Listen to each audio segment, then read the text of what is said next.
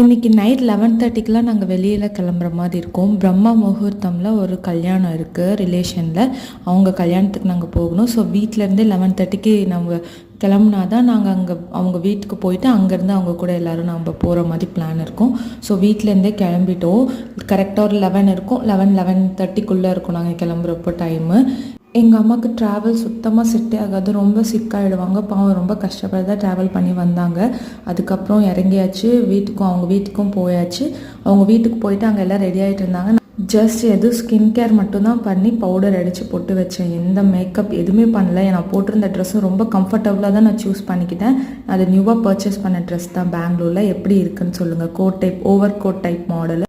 இந்த ட்ரெஸ்ஸோட ப்ரைஸும் எனக்கு கெஸ் பண்ணால் கமெண்டில் சொல்லுங்கள். அதுக்கப்புறம் 6:30க்கு வீட்டுக்கு வந்துட்டு அங்கே ஃபுட்லாம் அரேஞ்ச் பண்ணியிருந்தாங்க. சாப்பிட்டு நாங்கள் ஈவினிங்காக எங்கள் வீட்டுக்கு சேலம்க்கு கிளம்பியாச்சு. ஈவினிங் வீட்டுக்கு வந்து நல்லா தூக்கம்.